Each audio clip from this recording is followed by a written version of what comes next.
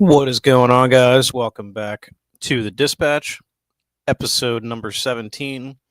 For those that don't know, this is the weekly live show I do, usually on Sundays, where I talk about the most interesting, to me, headlines in the world of film, television, and physical media. Um, Usually I do these on Sunday, but yesterday was so busy at work that I quite literally did not have it in me. So pushed it to tonight instead. What's up, brother? How you doing tonight?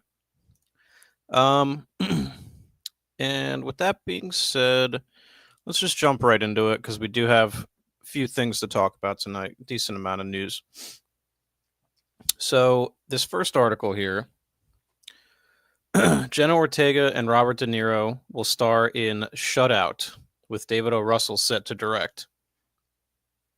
The film follows a pool master who finds a young prodigy who he begins to train in the game of pool. So this is just Color of Money, Scorsese movie. It's quite literally, I mean, it's a little different, but for the most part, this is like a Color of Money spiritual sequel or remake with Jenna Ortega of all people. Like, I did not find that. I don't know, that seems weird to me. And then Robert De Niro in like the Paul Newman role, I guess. Really weird. Excuse me, guys. Yeah, I don't know. I normally wouldn't even talk about this, but I'm like a pool player myself. I'm like an amateur pool player, so pool movies naturally are one of my favorite things. Excuse me. It's like the cross section of my two favorite things is pool and movies. So movies about pool are like my favorite. Like I love Pool Hall Junkies, The Hustler, Color of Money, as I mentioned. Oh, and David O. Russell just kind of sucks too. Like he's really shitty. Um, there's a movie called Pool Hall Junkies with Christopher Walken that I'm really into as well. There's not that many pool movies, but the ones we do have are all pretty good. What's up, Ola Restless? How you doing, by the way? So yeah, I found that odd. David O. Russell sucks, by the way. Not a fan. Rina Sawayama will reprise her role as Akira in Donnie Yen's John Wick spinoff, Kane.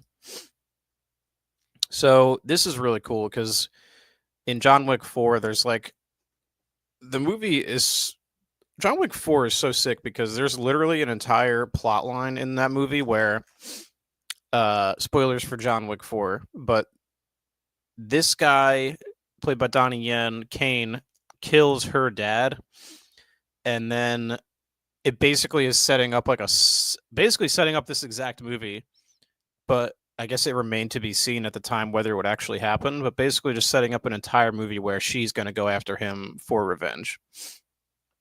So that's cool. That's like the kind of John Wick spinoff that I want to see. Yeah, that's pretty cool. I'm glad that's actually happening.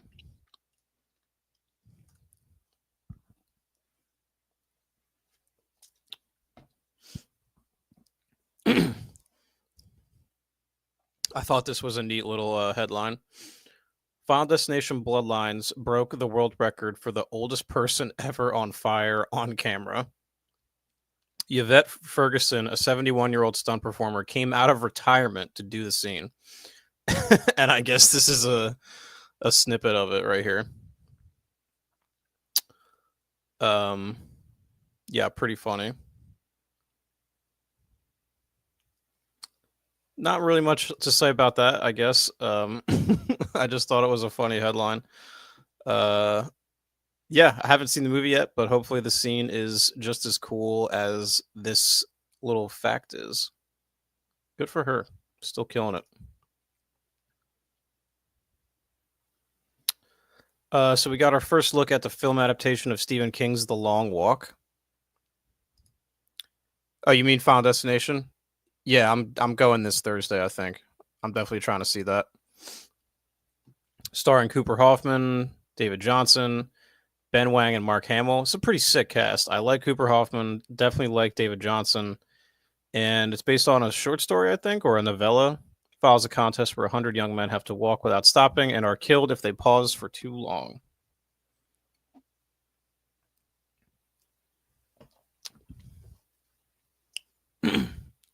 Yeah, I'm really interested in this. I'm surprised we never got a. This is the first time I think we're ever getting a long walk adaptation. You would think we would have gotten one by now.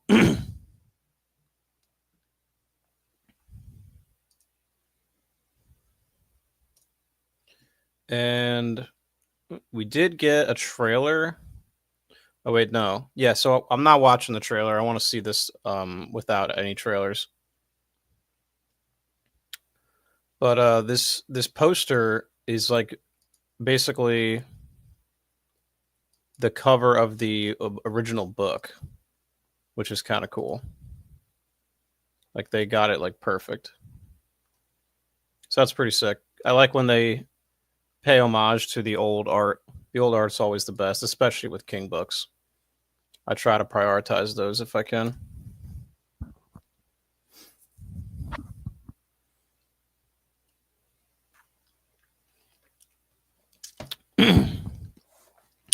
Not much to say about this article. I thought it was kind of odd though, because this I'm not going to try to pronounce this person's name, but they are rewriting the script for Clayface, and Mike Flanagan wrote a previous draft of the script. So this was concerning because this makes me think that Mike Flanagan wrote a script that was maybe too scary for what they were trying to do. So they brought this guy in to like rewrite it and make it more palatable. Because I don't understand. I can't think of any other scenario in which you would want to rewrite a script that Flanagan wrote. Because, like, dude just makes good scripts. So hopefully that's not a sign that they're trying to like pivot away from his vision for the movie.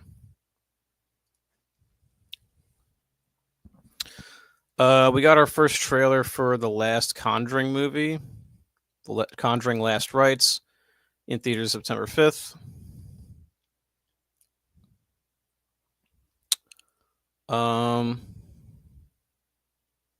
Here we go. This is the picture that everyone is making fun of.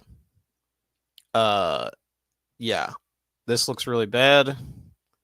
Hopefully, it looks better than this in the actual movie. And I'm pretty sure this is directed by the dude who did like Curse of La Llorona, La Llorona, and like the last Conjuring movie, which aren't very good movies. So it just sucks that we're not getting James Wan back to like finish what he started. I feel like that would be a lot better. And I did watch this trailer actually. Because I don't really look at these movies as like real horror movies, you know? Like these are the equivalent of like a Marvel movie, but a horror movie. Like they're made to appeal. Excuse me. They're made to appeal to as many people as possible. Yeah, exactly, dude. Like the first two Conjuring movies, I would consider to be real horror movies, right? And almost everything after that in this whole Conjuring franchise has been very generic, you know, just like I said, made to appeal to as many people as possible. And, you know, they're not what I would consider to be very artfully crafted horror films or anything. They're ultra high budget and like the production, well, not ultra high, but higher than most independent horror movies. Because I think the Conjuring franchise is like $1 billion franchise. So they're just very, I don't know. I don't find them to be very impressive. And if this is from that guy who made those other Conjuring movies, like and the Curse of La Llorona, then we're cooked. This will be a 3 out of 5 star movie at best. More John Wick adjacent news. So apparently John Wick 5 is moving forward, and it'll be a very different story for the character, according to Chad Stahelski here. John dealt with his grief. It will be really different, and everybody will see the trailer and go, holy fuck, I gotta see that. So this does sound interesting to me. And only because of this top comment right here, like, yeah, in this one. So basically everyone is, all the fans have basically come together and said that they want John Wick 5 to be John Wick just like fighting his way through hell, basically, a la Dante's Inferno. Perhaps for his wife Helen, although she probably would have went to heaven, so probably not the case. But yeah, hopefully they go something like, just go crazy with that route. Like, you can't possibly outdo the first 4 movies in any kind of like meaningful way. I mean, maybe you could. It would be a tall order though. So I would like it if, they really follow through with this and really make it different and like almost like a restart for the franchise, and really just kind of do something way out of the box. So hopefully they do that.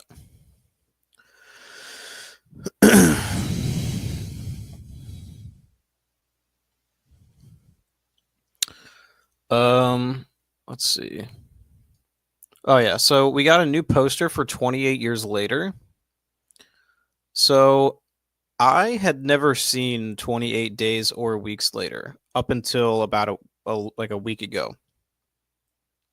I watched them both, and I thought that 28 Days Later was like a masterpiece. Like, I thought that movie was phenomenal. No notes, 5 out of 5. And 28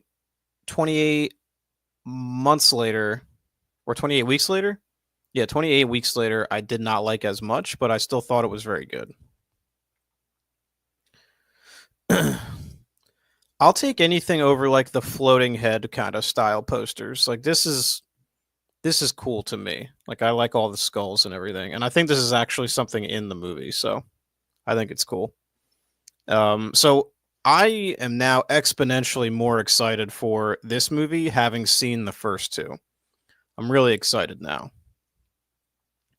And I'm like on the hype train for this, because before I had no kind of frame of reference for like what this movie would be. And it's cool that Danny Boyle is coming back to direct it. Alex Garland, like, this is a lot more significant to me now, having seen the first 2. So very excited for this.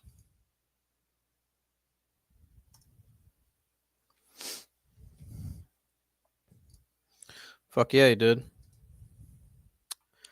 So Megalopolis is not on home video. You can't stream it. You can't even pay to watch it. And this is why. So I'm reading this for the first time, actually. So let's read this together. What Coppola didn't get, and apparently doesn't want, is a distribution deal that lets anyone actually see Megalopolis on a home screen. It's not on Netflix, Amazon, iTunes, or anywhere else with a play button. It can't even be found on DVD. So that's where the physical media comes into play here. This thing is not available to watch anywhere.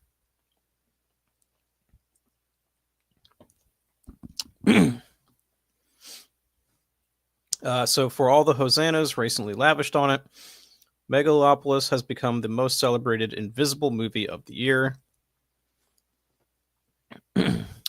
There is, it turns out, a somewhat logical explanation for the disappearing act. One of the perks of spending $120 million of your own money on a movie is getting to decide exactly how and where it gets seen.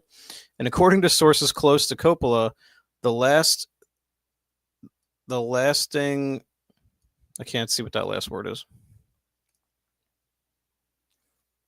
The last thing the 86-year-old auteur wants is for Megalopolis to be watched on a television set. He wants it to play in theaters the way it was intended. So instead of a digital release, Coppola is taking the film on tour. Days after the AFI tribute, he boarded a flight to Boston for a sold-out screening at the Coolidge Theater later this month. He's headed to Detroit. It may not be the most efficient way to earn back that $120 million, but as Driver reminded the AFI crowd, commerce was never the point. Believe me, I was there. He said there was no talk about how we can make this more commercial. This is all right. So I just read that for the first time myself, and yeah, this makes no fucking sense because there are people like me and old Wrestles here who actually would pay to rent this movie. I would pay like $10 to rent this because I didn't see it in theaters because I assumed that I'll be able to watch it at home. And I am curious about it, but I'm not going to go to one of these little sold out, independent showings of the film.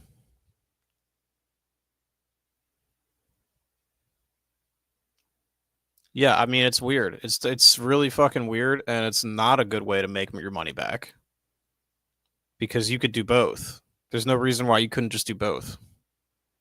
More people, factually, you would make more money offering this up as a streamer or a rental than taking it like on tour after the theatrical run, like in the independent theater circuit. That's just bizarre. Coppola's old and out of touch, but whatever.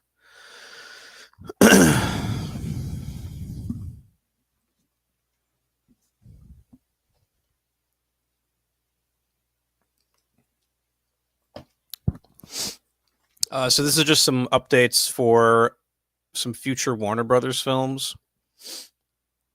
Lord of the Rings: The Hunt for Gollum comes out December 2027. Don't care about that. This is literally just them making a movie to keep the rights. But the cool things here are so basically next year we're getting new Evil Dead. I think this is Evil Dead Burn or the other one because there's 2 Evil Dead movies coming. And M. Night Shyamalan is having his new movie come out. I think that's the one he's doing with Nicholas Sparks of all people.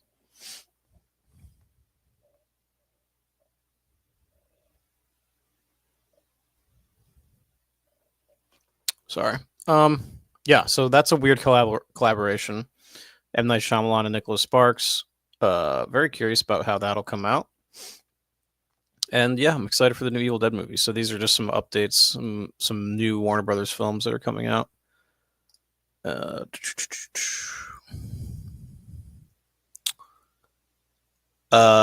Yeah, and speaking of, next year, October 23rd, Jordan Peele and M. Night Shyamalan will both release their new films on the same day. So it's very possible that one of them could move their date, or they could lean into it and try to make like a circuit, like some sort of small Barbenheimer thing, but like a horror version or something. That could be cool, actually. I think people would actually respond to that. Be like, yo, let's see the Peele and Peele Shyamalan, Jordan Shyamalan. I don't know. I'm trying to think of a Barbenheimer equivalent using both their names or something. Because I don't think we know the title of Peele's movie yet. So yeah, that'll be cool.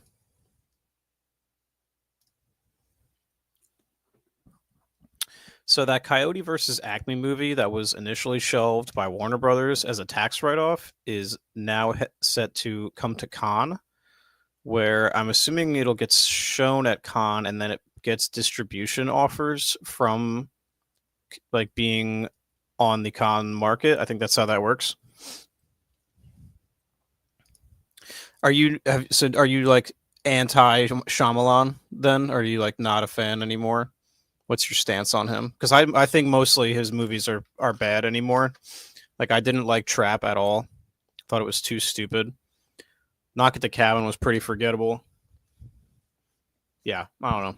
Old is really bad. But I'll still give his movies a chance though. That's the thing. Because there's a chance that it could be a banger. But anyway, yeah, Warner Brothers tried to do what they did with Batgirl, and really, so you don't even like Signs or The Sixth Sense or Unbreakable or any of the stuff that people actually do like just totally out on him. So yeah, they were gonna write this off like they did with Batgirl, totally finished movie, and they were just gonna scrap it for a tax write-off. But there was enough fan outcry, and they are trying to just get rid of it, basically. So they're gonna sell it to somebody. So when this thing comes out, we all need to go do our due diligence and support this thing, because we all need to put our money where our mouth is, and go make sure that this is a success, and show to them that they shouldn't just be writing off art as a fucking tax write-off, and this movie that hundreds of people made just never gets to be seen by anyone. Like, it's so fucking stupid. I can't stand it. Anyway, fuck David Zaslav. He sucks.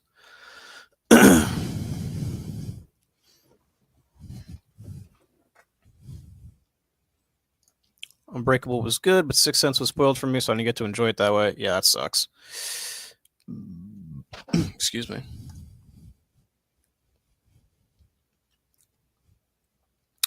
So, basically, director Jake Schreier is being eyed to direct the upcoming X-Men movie.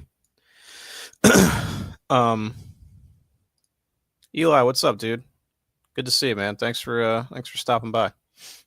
So yeah, he's being eyed to do the new X-Men movie after Thunderbolts was a big success. Seems like it's succeeding financially as well as critically. People are actually having a lot of good things to say about Thunderbolts. I would say Thunderbolts is a top 10 MCU movie for me. I really liked it, like, a lot more than I was expecting to. So yeah, very, very cool to see that he's potentially going to do X-Men, because it's another team up movie, so it's adjacent to Thunderbolts, and he could inject some of that humanity that he put into Thunderbolts as well. You know, he could really craft a story that that is actually, like, with characters that you care about, basically. Like, not something I could say about most recent Marvel movies. So yeah, if I was Marvel, I would be doing whatever I can to get director Jake Schreier, because he's got what they don't have right now, which is, like, sincerity and like, you know, a willingness to approach this with a level of craftsmanship that people want right now.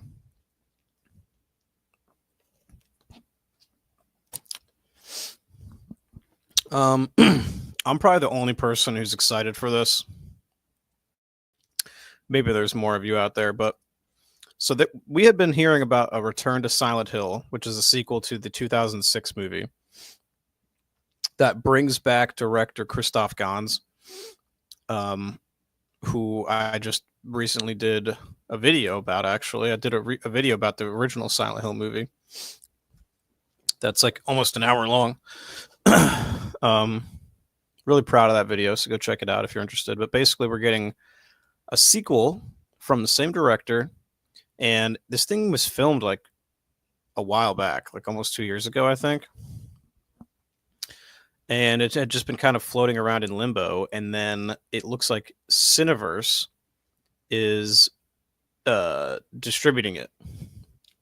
And Cineverse was the guys who, I think they distributed Terrifier 3, and what else did they do? They distributed something else too recently. Oh, the Toxic Avenger movie, which also was sitting around for a while without a distributor. So I'm all in on Cineverse. They seem to be, you know, saving these kind of movies that otherwise might not get the right distribution. Because Toxic Avenger was like, that thing was in the ether, man. We didn't know what was going on with that. So yeah, I'm very excited for this. It's supposed to be like an adaptation of Silent Hill 2 for the most part. So I'm very excited. I hope it's at least half as good as the first one from 2006. And again, I think it's really cool that Christoph Gans is getting to take another crack at it like 20 years later. Like, that's pretty rare, I think. They could just as easily have done it without him. But yeah, I'm excited for that.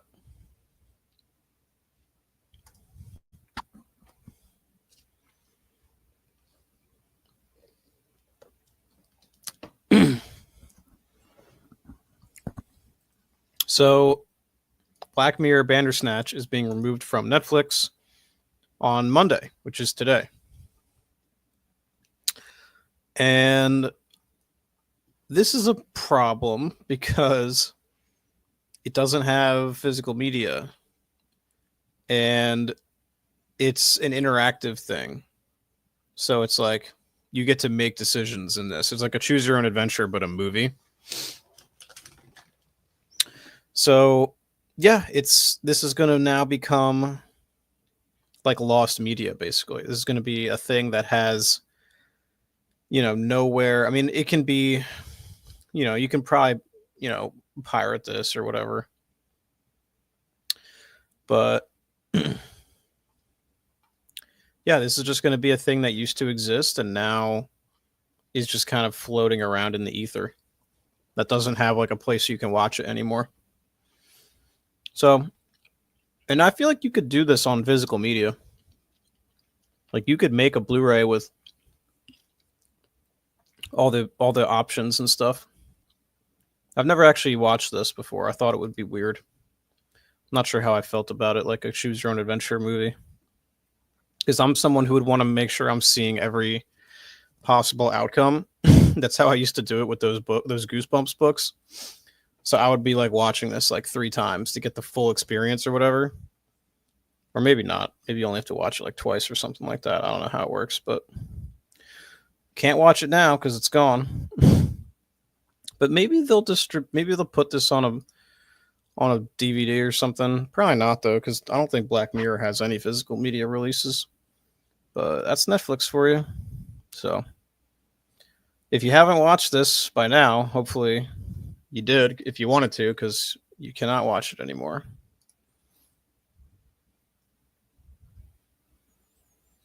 Hannah Einbinder and Gillian Anderson will star in Jane Schoenbrun's new film, Teenage Sex and Death at Camp Miasma. This is the director of I Saw the TV Glow, which is a movie I really liked from last year. The film follows a director rebooting a slasher franchise who becomes obsessed with the actress who played the final girl in the OG film. So, seems to be a little bit of a meta take on a lot of the stuff we're seeing now, but putting like some sort of stalker thriller aspects into it.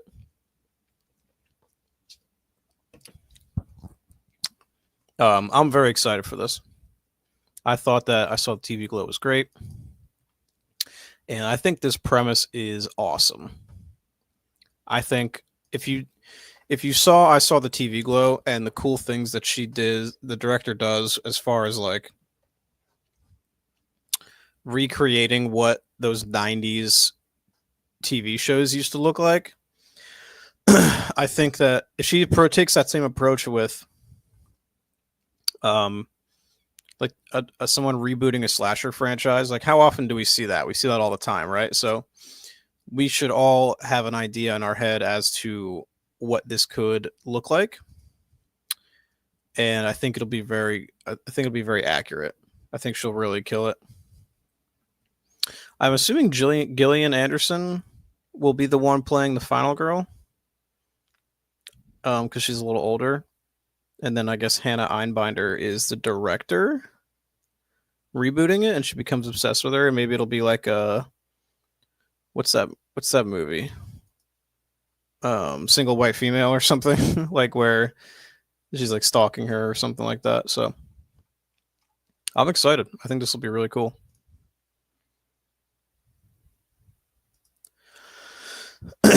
And then this will be Demi Moore's first role after The Substance.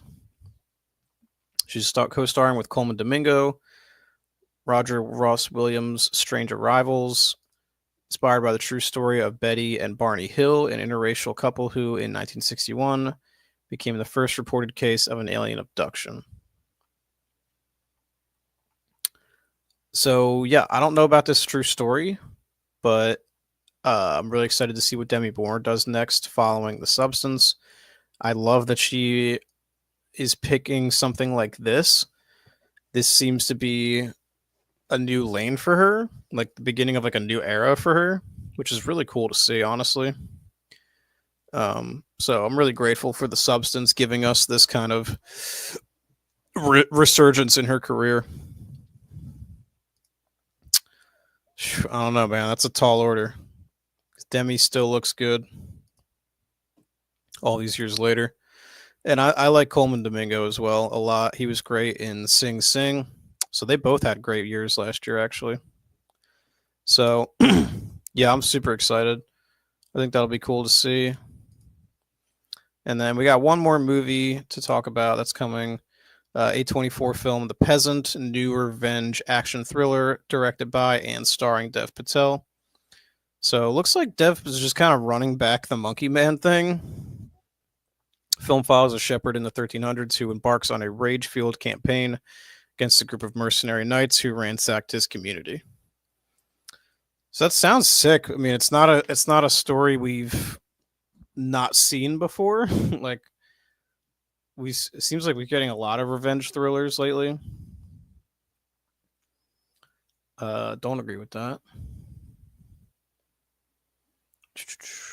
But yeah, like a lots of movies like Nobody and Sisu.